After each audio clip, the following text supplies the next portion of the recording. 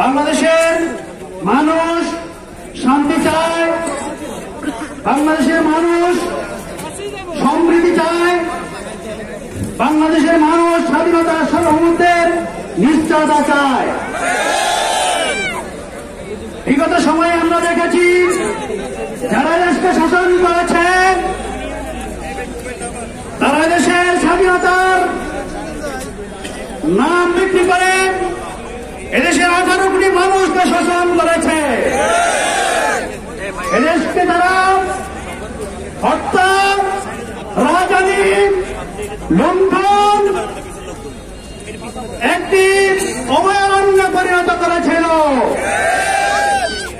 সেই জায়গা থেকে 24-এর গ্রুপ কথার মধ্য দিয়ে আমাদের তরুণ কিশোর যুবকদের আত্মত্যাগের মধ্য দিয়ে নতুন একটি স্বাধীনতা আমরা পেয়েছি।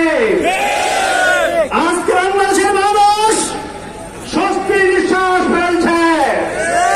বাংলাদেশের মানুষ চায় এদেশে আমার দিনের পক্ষে, ইসলামের পক্ষে, কোরআনের পক্ষের শক্তি দ্বারা এদেশ পরিচালিত হয়।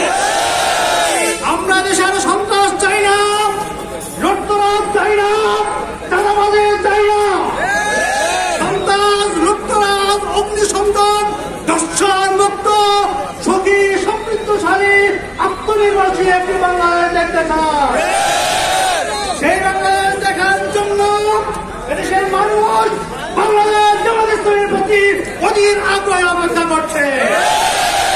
সেই আত্মপ্রত্যাশা পূরণের জন্য আপনারা কি অত্যন্ত পাহাড়ের বলি পালন করবেন কিনা?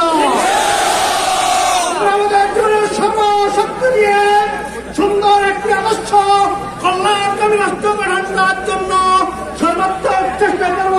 এই উদাত্ত আহ্বান রেখে আমার বক্তব্য এখানে শেষ করছি। সবাইকে ধন্যবাদ মোবারকবাদ জানাচ্ছি।